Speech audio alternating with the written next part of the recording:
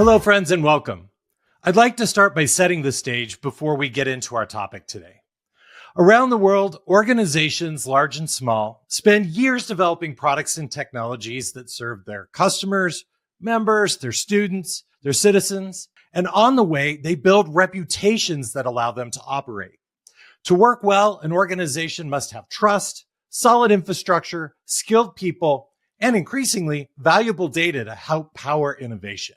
Then, in just one click, one forgotten line of code, a moment of vulnerability, all of that foundation is at risk. Targeted and untargeted attacks leak intellectual property, unravel years of work, compromise customer trust, and bring operations to a standstill. We've seen it. The intensity and sophistication of attacks on your infrastructure, our infrastructure, are evolving faster than ever.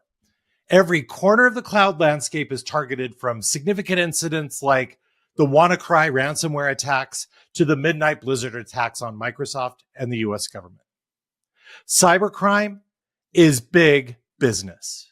To put it into perspective and frame what cybercrime has cost the world, last year it added up to be about the third largest GDP of countries. Incredible. And the headlines, they're nonstop. You've seen them.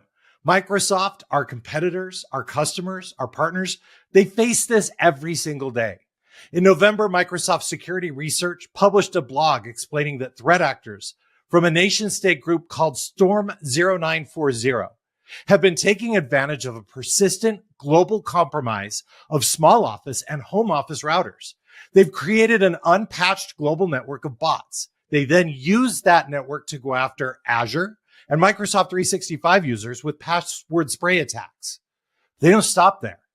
Their tools automatically scan, dump credentials inside environments, and they move laterally within those networks. They attempt to access network devices, install proxy tools, remote access Trojans, we like to call those rats. So they have persistence. They maintain that persistence, and they use those same tools to automatically attempt to exfiltrate data in ways that we haven't seen before. Their goal was to disrupt and profit from this activity. Now you hear us say over and over that the cloud is revolutionizing industries, changing how people work, how organizations communicate. And we expect that cloud service and usage to continue to grow. We actively invest to grow significantly.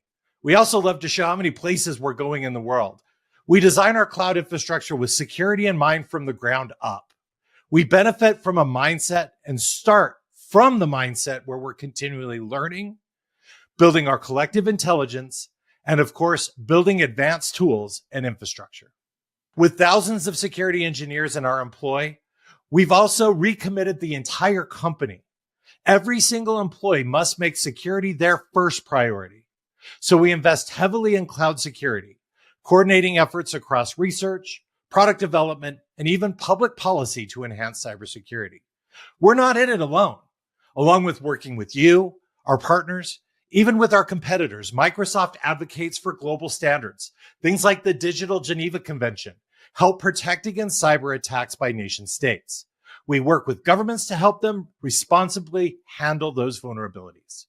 And my goal for today is for you to build on our learning and our guidance, leverage our models of zero trust, build defense in depth, and help your organizations prevent attacks and give yourselves the grace to learn from our mistakes, as well as have the ability to make your own mistakes.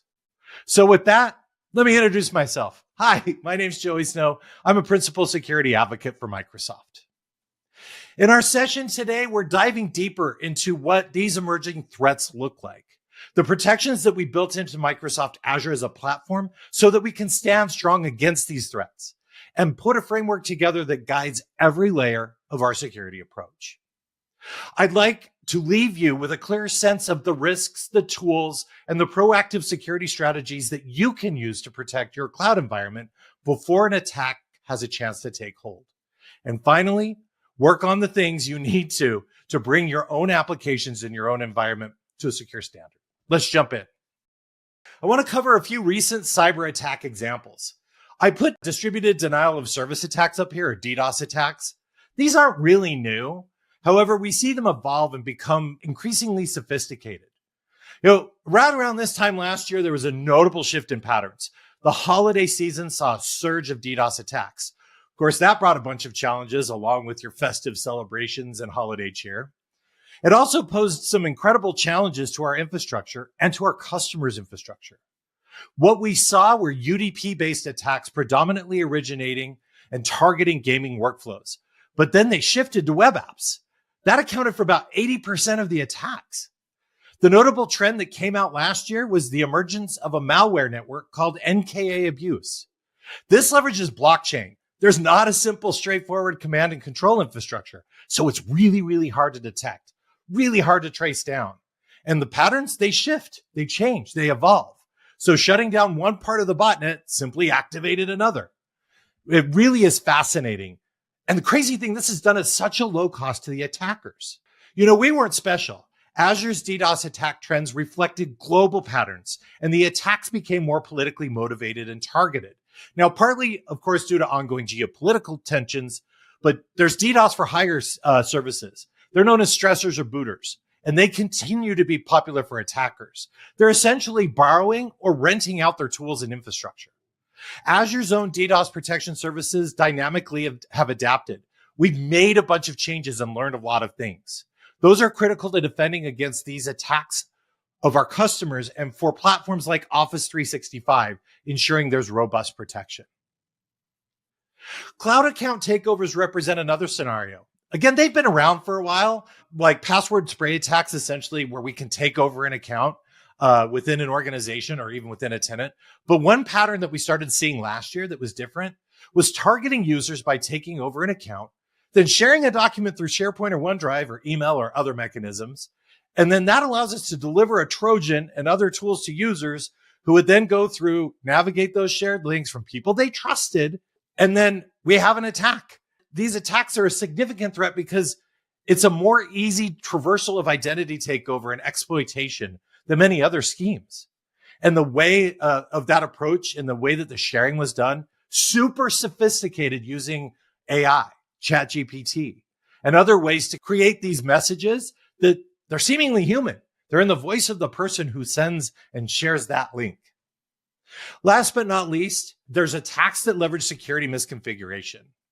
Many different layers of defense are in place. However, here at Microsoft, we've had incidents such as the one that we call Blue Bleed, where a misconfigured Azure Blob Store exposed sensitive data between Microsoft and our customers.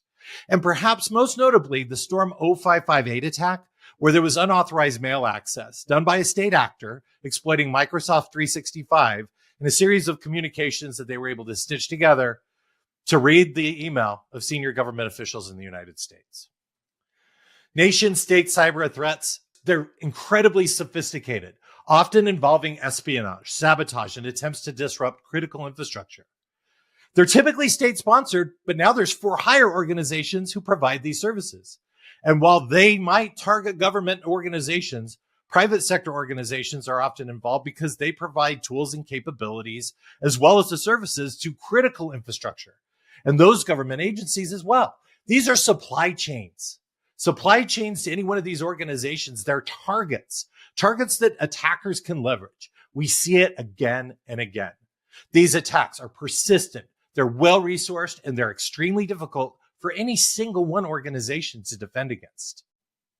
I hinted at this second category earlier, which is AI-based attacks. Research by Microsoft and OpenAI has shown that nation-state actors, quite frankly, misuse and weaponize generative AI tools, including LLMs and tools like ChatGPT. AI could be used to craft very personalized, very convincing phishing messages that can be difficult to detect. AI can also be used to analyze large data sets to identify the most effective tactics or maybe even locations inside of an enterprise and then tailor a targeted approach. AI is being used to automate the process of finding and exploiting vulnerabilities in systems. Often what attackers will do, they'll go through and scan huge amounts of data, find a vulnerability, leverage it, and then traverse to the next spot, rinse and repeat. With AI, they're more quickly able to collect large amounts of data, dump that data, move to the next hop, all at a much smaller cost to them. Lastly, our supply chain and supply chain attacks. All large-scale systems inside of a supply chain are at risk. When you look at things like open source libraries that can be used that may have flaws or malicious code, we need to ensure the integrity and the security of these components. It's critical. Microsoft builds these services. Microsoft relies on these services, including third-party services, and relies on them for final product. At Microsoft, we're focused on protecting continuous integration and continuous deployment of our products. We always assume breach. Malicious actors target and inject vulnerabilities at every stage of the CI/CD pipeline. So using tools like Azure Pipelines or GitHub that help secure build processes also build on Microsoft's own secure internal processes.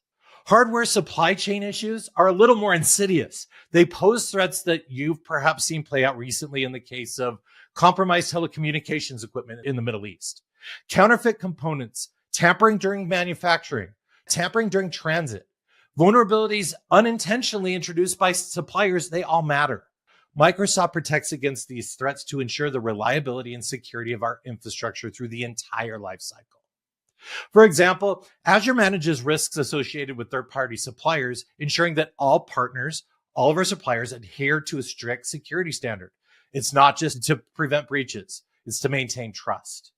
We do regular assessments and audits of our suppliers in every single step of our supply chain, from the moment of design all the way to where the hardware is delivered and installed in our data centers. I'd like to cover the shared responsibility model. This has been published and advocated in the cloud for a decade, perhaps even longer. In the on-premises world, the customer owns the entire stack. They're responsible for every aspect of security. Things from the services, the hardware, the application, and the network. When you shift applications to the cloud, those responsibilities become shared between Microsoft and your customer. And it really depends on what service that gets used. Software as a service, platform as a service, infrastructure as a service. Each of these layers, as you go down them and you get closer to the metal, more responsibility kind of ends up on your side as the customer. With that, we want to continue to simplify customer responsibility. We've got systems like Windows 365 Link, which makes remote management of client endpoints so much easier than before. We also provide solutions to reduce bad choices that can end up compromising your environments. For instance, like when we require multi-factor authentication for accessing Azure resources. But listen, still, you as a customer still have to apply this. You still have to be able to put this in your change configuration. You still need to keep this in your process. So let's go ahead and have a look at what we do from a Microsoft point of view. As I've mentioned, security is our number one priority. We're taking a very comprehensive approach to secure the Azure platform, following what we call SFI, or the Secure Future Initiative, and the principles of secure by default, secure by design, and secure operations. Let's take a look at some of these examples of how we're securing the cloud platform, the underlying platform itself. So if we have a look at the supply chain, we're making investments in ensuring that the supply chain for all the software that we run in Azure is secure. We're leveraging the SDL, that's the Secure Development Lifecycle. My team actually recently refreshed this content. We leverage integrity of code from design all the way to implementation and deployment. And even better, we're building some really cool tools like Dependbot. This is a tool that we've donated to CNCF. It lets you manage all the vulnerabilities in your dependencies. Another tool that we've built is called Notary, which helps verify trust for source code. And finally, there's another cool tool. It's called Copacetic. This tool enhances the patching of containers. So not only are we building these tools, we're leveraging these tools ourselves. We also make them available to you so that you can use it in your own environment. We're leveraging root of trust devices such as TPM, as well as Azure Security and Resiliency Architecture. We leverage this to ensure that the hardware lifecycle is secured, all the way from the time that hardware is built, to shipped, to being installed and deployed, all the way through the end of its lifecycle. Resource misconfiguration is a common attack vector that is leveraged by threat actors. A lot of it has to do with inadequate access controls. In the Azure Core Platform, we've eliminated local passwords and local authorization as much as we possibly can. And we've shifted that work off to Entra-based IDs. Now, Microsoft Entra provides amazing benefits because the password's never accessed by the user. So there's no chance of that password being leaked. Or in a situation where you may need to rotate the password, you can do so at the click of a button. I want to be clear, within Microsoft, within Azure, we're on a mission to eliminate all local passwords and move entirely to Microsoft Entra-based IDs. When we have a need to keep a secret and it cannot be stored in an Entra-based ID, we store it in a key vault so that it cannot be compromised by threat actors. We also measure the secure score for all of our services, and we make sure that that secure score does not regress and it remains high for each and every one of our services. Cool fact, before any service goes into production, there's a minimum secure score bar that it needs to meet. All right, let's move on to network and data security. We made some pretty significant improvements here, particularly around securing the Azure platform. Earlier, I talked about DDoS and the growing threats around DDoS. All of our internet-facing endpoints that Microsoft provides to our customers are behind Azure's DDoS protection at this point. It's a really amazing technology that's protected Microsoft and our customers from the largest scale attacks and the most complicated attacks that have been seen in the entire world. We've been on a mission to implement zero trust in the network by implementing network isolation for every single one of our endpoints. We use various mechanisms that are available in the platform, such as security groups, virtual network, all of those things that allow us to put ACLs on firewalls, as well as there's a really cool new technology called network security perimeter. I'm going to show you that in a little bit. We'll talk a bit more about it. But we implement these solutions alongside of things like memory isolation and encryption to protect our own first-party workloads that constitute the Azure cloud platform itself. And listen, identity is at the center of everything. So on the identity and access management side, we follow the least privileged access principle. We ensure that all of our employees have just enough access and just-in-time access. All our access controls for every one of our services and all of our operational endpoints enforce just enough and just-in-time access. We conduct regular user access reviews, revoking access for users who do not have any business need to access any of the resources that are part of our cloud platform. Super critical piece here. One thing I want to point out, most if not all of the examples that I've talked about here, they're available to you. You can learn from our own experience. You can implement these mechanisms yourself. They really do help elevate the security posture of the service, of the workload. It gives you multiple layers of defense for your workload, so that even if one layer of defense was breached, threat actors can't compromise your entire workflow, your entire platform. Okay, let's jump into a demo. Okay, so securing PaaS resources kind of been a bit painful, right? You've got all sorts of things like storage accounts and SQL databases, Cosmos DB, and key vaults out there. Typically, all of these PaaS resources are exposed to the internet and really rely on one thing, identity that's used to protect it. Well, you know what? Identity, it's the most compromised security mechanism. You've got threats like social engineering. Maybe threat actors have access to identities because it came from your employees, like an insider threat. It's a very significant threat surface that you need to mitigate by adding additional defense mechanisms. So let's talk about what a network security perimeter is. What it does is let you put all those various PaaS resources inside that perimeter. Then you can specify policies on that perimeter and push those policies to all of those PaaS resources with one click. So rather than having to go through and configure a firewall for every single one of these storage accounts and every SQL database, you set that policy. And those policies have inbound access rules as well as outbound access rules. How do you access network security perimeter? Head on over to the Azure portal. Once you create a security perimeter, you select the set of your PaaS resources that you have, and then create a network profile. This network profile, I specify inbound as well as outbound access rules. These rules are simple. Something like, hey, this source IP is permitted to access these PaaS resources, and the other source IPs are not permitted to access these PaaS resources. Super simple and easy to do. Now, in this particular example, I've got this mode actually set to learning mode, so it's not enforced. So we're going to go ahead and choose enforced here. The other thing that I want to do is I'm going to show you how I'm using an NSP to secure a key vault. So I've got a key vault here inside of my NSP. and I've applied my NSP policy to that group of resources. So I'm going to demonstrate how a couple of VMs exist out there. One of them is permitted to access the key vault. The other is not permitted to access it. So you'll see here that this tenant, we've gone ahead and we've said, hey, retrieve a secret. This VM retrieved a secret, got it successfully. Then let's jump on over to another VM that is not permitted. And you'll see here that because the NSP was active and it did not meet the rules of the NSP, that it was denied access. So by a simple click of a button, I'm able to secure all of my key vaults. I could potentially have hundreds of key vaults, thousands of storage accounts.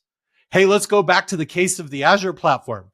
We literally had hundreds of thousands and potentially millions of PaaS resources. Can you imagine what it would take going through and securing each one of them, every one at a time? Totally unmanageable. Back in November, we had Microsoft Ignite. There's a couple of key announcements made at Microsoft Ignite that I want to cover. The first is Azure Bastion Developer. Now, the Bastion Developer SKU is a free lightweight SKU, ideal for dev test users who want to securely connect to their VMs, but they don't need additional Bastion features or host scaling. With the developer SKU, you can connect to one Azure VM at a time directly through the Virtual Machine Connect page. There is no longer a need to expose your VMs to the internet. Again, there is no longer a need to expose your VMs to the internet. Your developers can do things in a very secure manner and very simple. What I just showed you in terms of the network security perimeter has also reached public preview. It allows you to define those trust boundaries in Azure, get those secure inbound and outbound connections, and secure the service-to-service communication and mitigate data exfiltration. We have also augmented Microsoft Copilot in Azure with some networking skills. Copilot in Azure for networking can help you answer questions about Azure networking services and troubleshoot network connectivity issues. It offers contextual responses and very actionable insights. These are all based on Microsoft's extensive networking knowledge, and then also what it's learned from your Azure environment. Azure Firewall in Security Copilot is also in public preview, where Security Copilot has added attack investigation capabilities for firewalls. And this is all accessible via the Azure portal, alongside a new advanced network troubleshooting and product selection capabilities that are built into Azure Copilot. Earlier, I talked about DDoS protection and its significant threat to workloads that are exposed to the internet. Now, of course, as far as possible, don't expose your workloads to the internet. But then again, we have these pesky things like making services available to our customers. So for those workloads that are exposed to the internet, we use DDoS. DDoS protection is a feature that you must use. We offer two kinds of DDoS protection. You've got premium DDoS protection that can be applied at the virtual network layer. And then there is also an IP protection SKU that can be applied at an individual IP address level. So let's have a quick look here at a demo for DDoS protection. All right, here I am in the Azure portal, and I'm actually able to look and see what my virtual networks are and where those are. And if I go into my virtual network and I go in to the protected resources, and I decide inside of this virtual network, I would like to enable DDoS protection. When I enable DDoS protection here, previously, it will protect all the resources inside that virtual network. Alternately, I can go to my IP address and click protect my IP address. That will give us DDoS protection for that very, very specific IP address. So if you need to protect the entire virtual network, you can protect the entire virtual network. Protect one individual IP address, you can protect that individual IP address. Now, what I've just done is initiated a DDoS attack. Since I've initiated this DDoS attack, we go into the portal and we use something called DDoS workbooks.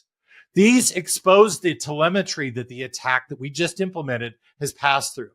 The DDoS workbook shows you the telemetry around when the DDoS protection kicked in. It also shows you super rich metrics around what was the volume of the attack, what kind of attack that it was, and what kind of mitigation was applied to protect against that attack.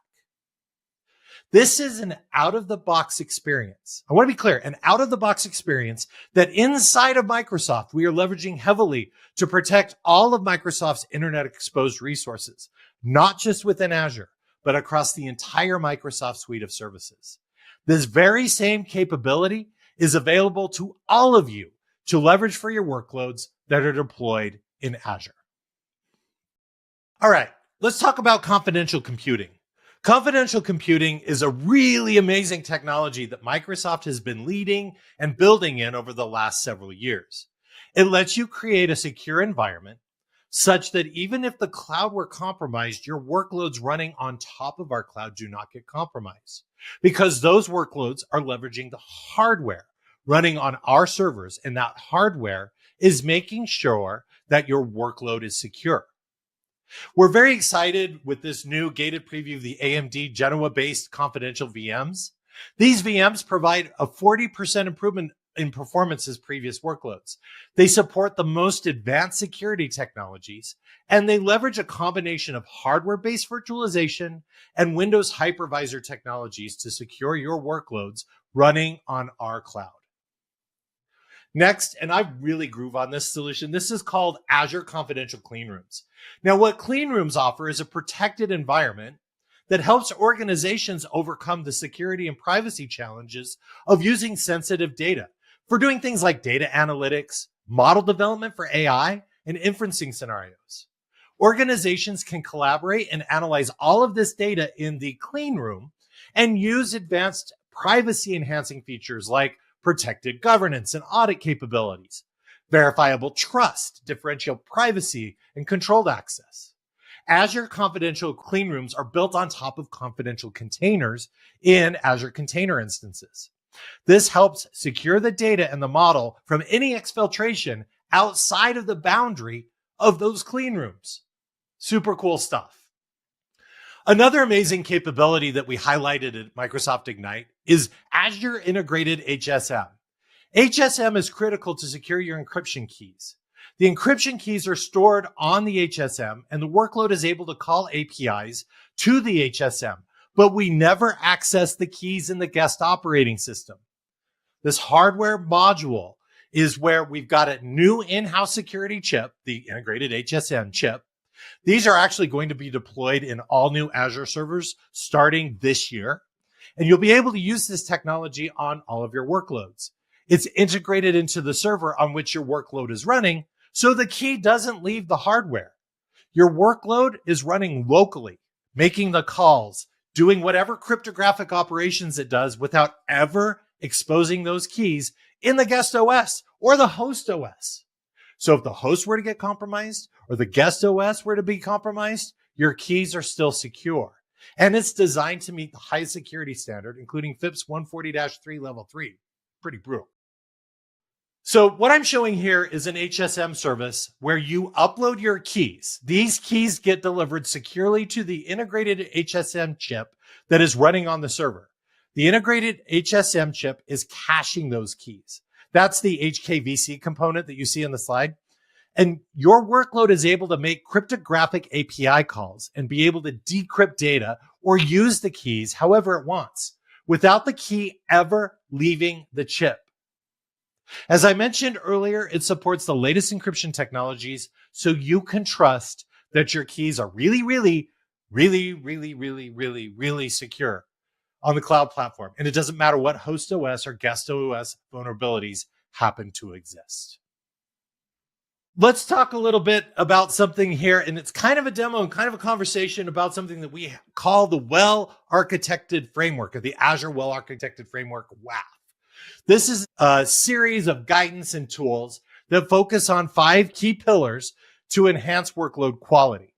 The security pillar emphasizes design principles and recommendations to strengthen workload security, all grounded in zero trust principles.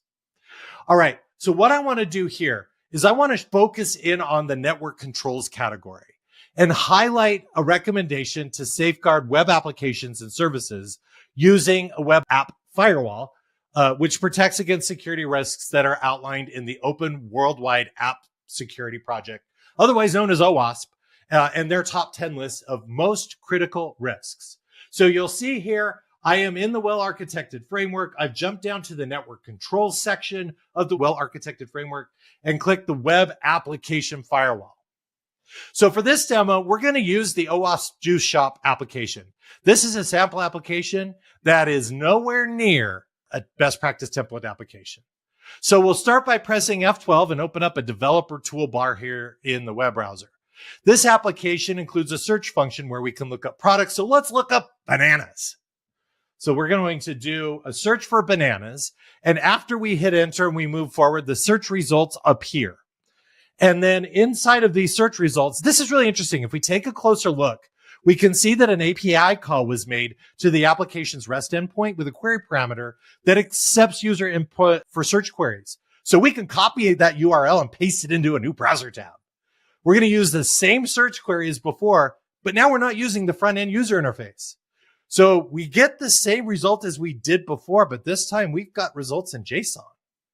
In this example, we've got code that doesn't validate parameters that could expose an underlying database. So let's do something cool like append a valid SQL statement to our search query and get the user table. The user table probably contains sensitive information like users' emails and hash passwords. These details could then be exploited for further attacks.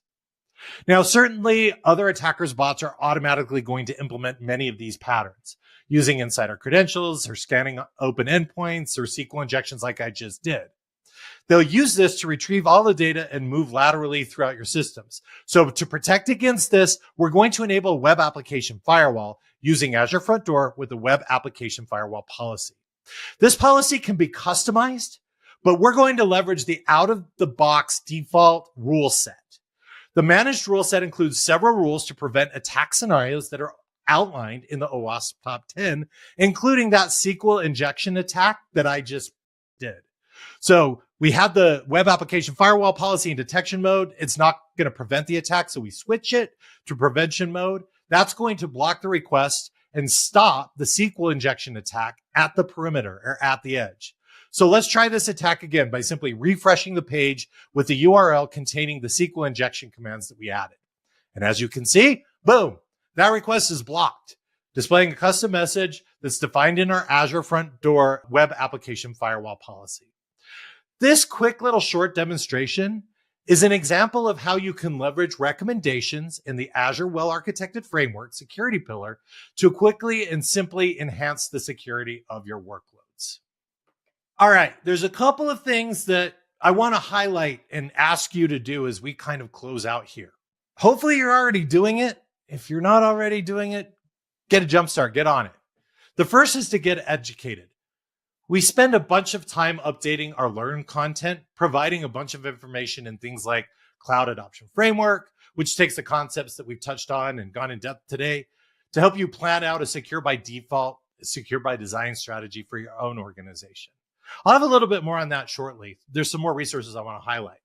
But the second thing that we want you to go and do is review your existing configuration using tools like Azure Advisor and different templates and well-architected framework reviews to be able to go and get a clear profile or picture of risk to your organization or any risk to the deployments that you may be exposed to. I think this is super important here. A lot of times customers have been leveraging Azure for a very, very long time. We've made significant updates to the well-architected framework and to some of these guidelines and some of these tools. You may not be running the latest and greatest thinking or frameworks that we want you to run. So you might be exposed to some threats that you wouldn't normally be exposed to had you been running the most recent recommendations. So review your current Azure configurations, make sure they're up to date.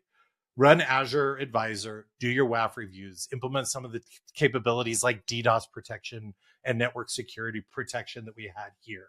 Get that security perimeter out there. Listen, it's really easy for you to do this. It's really hard for us to do it for you and by default because there's a ton of choices in terms of how you would implement it. I mean, hey, let's just go back to what I talked about in terms of how we implement the protection for DDoS. Are we going to do that in an entire network segment? Or are we going to do that by a single IP? This stuff is very straightforward to do and apply. And the well-architected framework will help you do this. It will help you make those choices and apply them. And I think most importantly, for you to understand the tools that we use inside of Microsoft are the tools that you can use as a customer of Microsoft to make your environment more secure and ensure that you have a trusted and secure Azure platform. All right. Finally, I want to talk about Azure Essentials. Azure Essentials is going to help you get your reliability and your security and some of that performance stuff ready for AI investments. It's a one-stop shop. You've got a whole bunch of resources, tooling, skilling. We've got things like well-architected framework and some of the other bits that I've shown you today. You've got guidance. You've got lots of reference architectures and best practices. These span not just from a security perspective, but all phases of your cloud journey. If you're migrating, if you're building applications, modernizing applications, like I said earlier, you've got existing Azure workloads. Azure Essentials helps curate the resources to meet your needs in one place. It's like the resource kit of all resource kits. It includes a whole ton of links to Microsoft resources and tools to assist you as you focus on the areas you need to focus on to improve the most so that you're ready for the latest and greatest technologies. Hey, and you never know, you might also qualify from support from Microsoft experts and some of our partners to help you enhance your environments and your workloads. To get a hold of this, head on over to aka.ms/Azure-Essentials. With that, I'm done. Thank you very much for your time and joining me. Have a great one.